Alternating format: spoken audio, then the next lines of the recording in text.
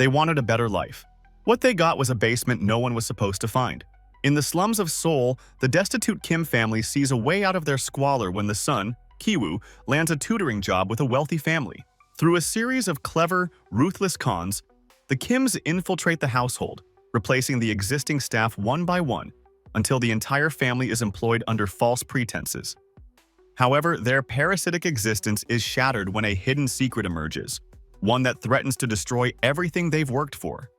If you're into stories where ambition turns into obsession and one secret changes everything, hit subscribe now. This recap dives into how a single lie opens the door to wealth, and how everything collapses once the truth crawls out from below. Stay with me because this story doesn't reward cleverness, it punishes it. The Kim family, Kit, his wife Chung-suk, their daughter Gi-jong, and son Ji-woo are trapped in a never-ending struggle.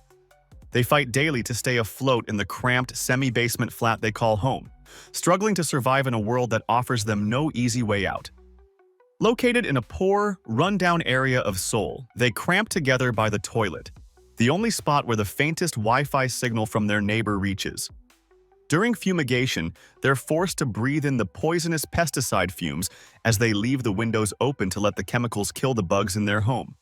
Their meager wage comes from folding pizza boxes, tedious work that brings in just enough to keep them from sinking. Despite the hardships, the Kim family endures, doing everything they can to scrape by. One evening, a twist of fate arrives in the form of Min-hyuk, a friend of Gi-woo. He brings a strange gift, a scholar's rock, passed down from his grandfather's collection. Min-hyuk tells the family it's an amulet for wealth, and he also offers Gi-woo an opportunity to replace him as an English tutor for a rich family's daughter as he's going abroad to study. Gi-woo, with his decent English skills from military school, eagerly accepts the opportunity. Gi-jong, the smart and resourceful daughter, using her graphic design skills, forges a university certificate for Ji-woo, knowing that Mrs. Park, the wife of the wealthy family, would never think to question its authenticity. After all, she's a simple woman. Armed with the forged documents and dressed in his best clothes, Ji-woo heads to the Park family's mansion in the posh part of the city. Upon arrival, the housekeeper, Gook, greets Gi-woo and ushers him into the house. Mrs. Park, as expected, barely glances at the papers and trusts Min-hyuk's words. However, she insists on sitting in during Gi-woo's first lesson to judge his teaching style. As Gi-woo begins his session with Mrs. Park's daughter, Da-hye, a shy and nervous girl, he tries to comfort her with a simple gesture, holding her wrist. She's startled at first, but soon warms to him, realizing he's just calming her nerves. Mrs. Park, pleased with the lesson, hires Ji-woo. After the lesson, Ji-woo meets Mrs. Park's son, Dae-song, a boy fascinated with scouts and pretending to be an Indian. Ki-woo mentions that he was in the scouts as well and can relate to Dae-song's enthusiasm. Mrs. Park proudly shows off Dae-song's artwork, a drawing with a haunted expression. Gi-woo praises Dae-song's art, calling it a masterpiece, even though it's far from conventional. When Mrs. Park mentions needing a new art teacher because none of the previous ones lasted, Gi-woo seizes the moment. He recommends a highly qualified art therapist named Jessica, who, in reality, is his sister, Gi-jong. The next day, Gi-jong shows up posing as Jessica, having read up on art therapy online. While Gi-woo continues tutoring Da-hye, Gi-jong takes over with Da-song. She manages to impress Mrs. Park, pointing out signs of trauma in his art linking to an incident years back. Mrs. Park is impressed and hires Gi-jong at an excellent wage. When she's about to leave, Mr. Park arrives and orders his chauffeur, Yoon, to give her a ride. To maintain the facade, Gi-jong asks Yoon to drop her at a gas station instead. Yoon suggests dropping her at home, but Gi-jong insists. She quickly thinks of a wild idea. She discreetly removes her panties and leaves them in the car, hoping to create a scandal. The next day, as the Kim family enjoys better food thanks to their new earnings, Mr. Park finds the panties in the car and, disgusted, assumes Yoon has been frolicking with someone in his car. He becomes convinced that the mystery woman could be involved in drugs, since no one in their right mind would forget their underwear in a car. They think of firing Yoon, though they can't bring themselves to mention the real reason. The next day, Mrs. Park casually asks Gi-jong for her opinion on Yoon's behavior. Gi-jong then recounts how Yoon had insisted on taking her home. Mrs. Park, worried about the potential scandal, decides to fire Yoon. Seizing the opportunity, Gi-jung suggests her uncle's former driver as a replacement, asserting that an elderly driver will be more reliable. Mrs. Park agrees. She's pleased with the recommendation, confident it's a safer option. Kit goes for a test drive, and Mr. Park is impressed by Kit's knowledge of the city. He doesn't even need the GPS to guide him. His steady driving is so precise that Mr. Park's drink remains perfectly still as the car turns. Without hesitation, Mr. Park hires Kit on the spot. Now, to get the entire family hired by the Parks, they must remove one more obstacle standing in their way: the longtime housekeeper, Guk, who has worked in the house since the previous owners. Gi-woo learns from Da-hai that peaches are strictly forbidden in the Park household because Guk is allergic to them. With this information, Gi-jung and Gi-woo begin sprinkling peach particles at her, triggering her allergy and setting the stage for their scheme. As the days pass, Guk visits the doctor, puzzled by her worsening symptoms. Kit plays his part with precision. He snaps a selfie with Guk in the background while she's at the doctor's, then shows the photo to Mrs. Park, claiming he overheard Guk discussing her tuberculosis over the phone. As Guk's coughing worsens from the allergies, Kit pours a red substance on the tissues in the trash, making it appear as though Guk coughed up blood. Mrs. Park, horrified, is ashamed to have a sick employee fire Guk with another excuse. She tells Mr. Park that Guk suddenly quit, leaving her no choice but to let her go. While driving to work one day, Mr. Park expresses his concerns about the decline in the household's cooking and cleaning. His wife, he admits, is not domesticated enough. Kit offers a solution. He hands Mr. Park a card for a prestigious service consulting agency. Kit tells Mr. Park that he shouldn't mention that the idea was his. However, the card is just another clever ruse by the Kims. When Mrs. Park calls the agency, she is greeted by Gi-jung, who pretends to be a secretary and asks for extensive official paperwork. The agency seems legitimate, and Mrs. Park, trusting the process, hires them without a second thought. Soon, Chung-suk, Gi-woo's mother, is hired as the new housekeeper, completing their scheme. The Kims have infiltrated the Park household completely, but little do they know they're dancing on the thin line between survival and destruction. After Mr. Park and Kit return home one evening, they are met with a strange comment from young Dae-sung. The child, in his innocence, mentions that he noticed something odd. His parents' employees all seem to carry the same scent. Mr. and Mrs. Park brush it off, but the Kim family is mortified, realizing the smell of their cramped basement home follows them everywhere. The next day, the Parks leave for a camping trip, entrusting Chung-suk with the task of looking after the house. The moment the Parks are gone, the Kim family moves in, taking full advantage of the empty mansion. They explore the luxurious space, devouring whatever food they can find, drinking expensive wines, and wallowing in delusion. Ji-woo even takes Da-hye's personal diary, intending to read it and use it as leverage to get closer to her.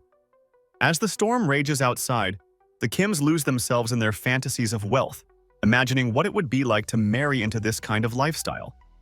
But the moment is shattered by a sudden ring at the doorbell. It's Guk. She claims she forgot something when she was hurriedly fired, but as the Kims scramble to hide, Chung-suk lets her in. However, Guk lingers too long in the basement, prompting Chung-suk to go down and check on her. What she finds is startling. Guk is struggling to move a heavy cupboard, so she assists her, revealing a secret door behind it. The door leads to an underground bunker, an eerie secret left behind by the mansion's previous owner and architect. Guk reveals that her husband, Oh Gonza, has been living there for years, hiding from loan sharks. He's the ghost Da-song saw one night when he came out of the bunker to steal food. Guk had helped her husband move into the bunker after the previous owners left, and the Parks never learned about the secret space. For years, Guk would sneak into the bunker to bring him food when the Parks weren't around. This explains Mr. Park's suspicion that Guk was eating excessively. Now, with the Parks away, Guk has come to Chung-suk to request permission for her husband to continue living there. She offers to pay Chung-suk to deliver food to him. Chung-suk refuses, but before she can call the police, her family slips down the stairs while trying to eavesdrop. Guk wastes no time recording the scene on her phone, capturing the moment the Kims address each other by their family names, damning evidence of their deception. With this newfound leverage, Gook and her husband now hold the upper hand, threatening to expose the Kim family's lies to the Parks unless they comply with their demands. The Kims are forced to retreat upstairs, cornered and humiliated, while Gook and Oh take control of the house. They lounge around, making themselves feel at home. Gook scolds the Kims for their mess in the living room. She tells them she and her husband showed respect when they used the house during the Park's absence. The Kim family sees an opening and Kit lunges for Oh, grabbing him, while Gi-jong takes action, dropping a pile of peaches on Gook to knock her out. Ji-woo snatches the phone and deletes the incriminating footage. But just as the tension peaks, the phone rings.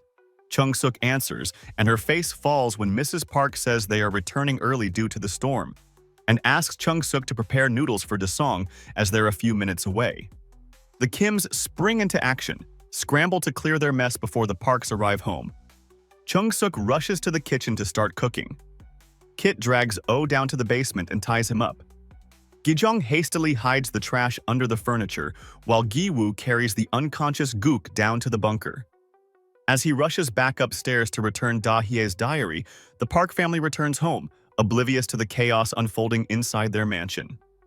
Gi-woo hides under Da-hye's bed while Gi-jong hides under the living room table, trying to stay out of sight. The tension is unbearable. Suddenly, Gook wakes up and attempts to escape, but Chung-suk, desperate to cover their tracks, knocks Gook back down into the basement. Gook stumbles down the stairs, hitting her head against the hard floor. Kit drags her unconscious body into the bunker, where her husband, Oh, is frantically pressing his head against the light switches, tapping out a Morse code message on the wall. Dae-song, still a scout at heart, notices them, but remains calm. Kit ties Oh tightly to a pipe to stop him from pressing the button. Later, after serving the food, Mrs. Park opens up to Chung-suk, explaining Da-song's traumatic experience. A few years back, Da-song had snuck into the kitchen to steal his birthday cake only to see a ghost, Gook's husband, Oh, sneaking out of the bunker. The sight left him traumatized. His birthday is never celebrated at home because of the haunting memory. Later, when the family retire to their bedroom, Ji-woo and Kit sneak into the living room to find Gi-jong and leave. But just as they're about to make their escape, Da-song unexpectedly yells from downstairs, and the trio is forced to hide under the table. It turns out Da-song simply wants to camp out in the rain, and his parents agree, deciding to sleep on the couch to keep an eye on him. Kit, Ji-woo, and Gi-jong, trapped in the house, are forced to overhear Mr. Park's embarrassing comments about their smell and endure the sounds of him and his wife making out on the couch. When the Parks finally fall asleep, the Kims see their chance. They slip out of the house, running through the rain toward their neighborhood, which is now flooded. Their apartment is submerged in water, forcing them to scavenge what they can before heading to a local gymnasium that has opened its doors to displaced families. Gi-woo clutches the Scholar's Rock, the last symbol of their hopes, as he lies awake, upset by the fact that his father has no plan to deal with the dangers still lurking in the basement. Gook succumbs to the concussion she suffered from her injury, and Oh, desperate, continues to send out his distress messages using the light switches in the bunker, hurting himself. Dae-song tries to read the Morse code, but it's nothing more than gibberish, a bloody mess from Oh's disorientation. The next day, Mrs. Park decides to throw an impromptu party for Da-song's birthday. The Kims must put on their best faces, pretending everything is fine while their world falls apart. Chung-suk cooks and sets up the tables outside, while Kit drives Mrs. Park around to buy supplies, who notices Kit's body odor. Gi-jong and Gi-woo maintain a composed, dignified role, acting as distinguished guests at the party. Mr. Park and Kit dress up as Indians to entertain Dae-song. Kit, humiliated by the ridiculous costume, tries to hide his resentment, but Mr. Park couldn't care less. Back at the house, Ji-woo takes the Scholar's Rock and heads down to the basement, but he's ambushed by Oh, who has somehow freed himself from his restraints. Oh attacks Ji-woo, strangling him with a cord and attempting to smash his skull with the Scholar's Rock. Ji-woo escapes but is soon overpowered. Oh hits him with the rock, leaving him bleeding in a pool of his own blood. Oh grabs a knife from the kitchen and heads to the garden party, seeking revenge for Gook. The chaos escalates as Oh reaches the party and stabs Gi-jong. Da-song, terrified, begins having a seizure upon seeing Oh again. Meanwhile, Da-hye discovers Gi-woo's body and rushes to find help. Kit, frantic, checks on his daughter, trying to stop the bleeding from her wound. Mr. Park, Indifferent to the chaos, only demands that Kit drive him to the hospital to save his son. But Kit, unwilling to abandon his family, throws the car keys to Mr. Park to drive himself. Mr. Park, disgusted by the stench from O, covers his nose as he picks up the keys. Enraged by Mr. Park's lack of empathy, Kit grabs the knife and stabs him before fleeing. Chung-suk, determined to end this nightmare, leaps at O, killing him with a barbecue skewer after a brutal struggle.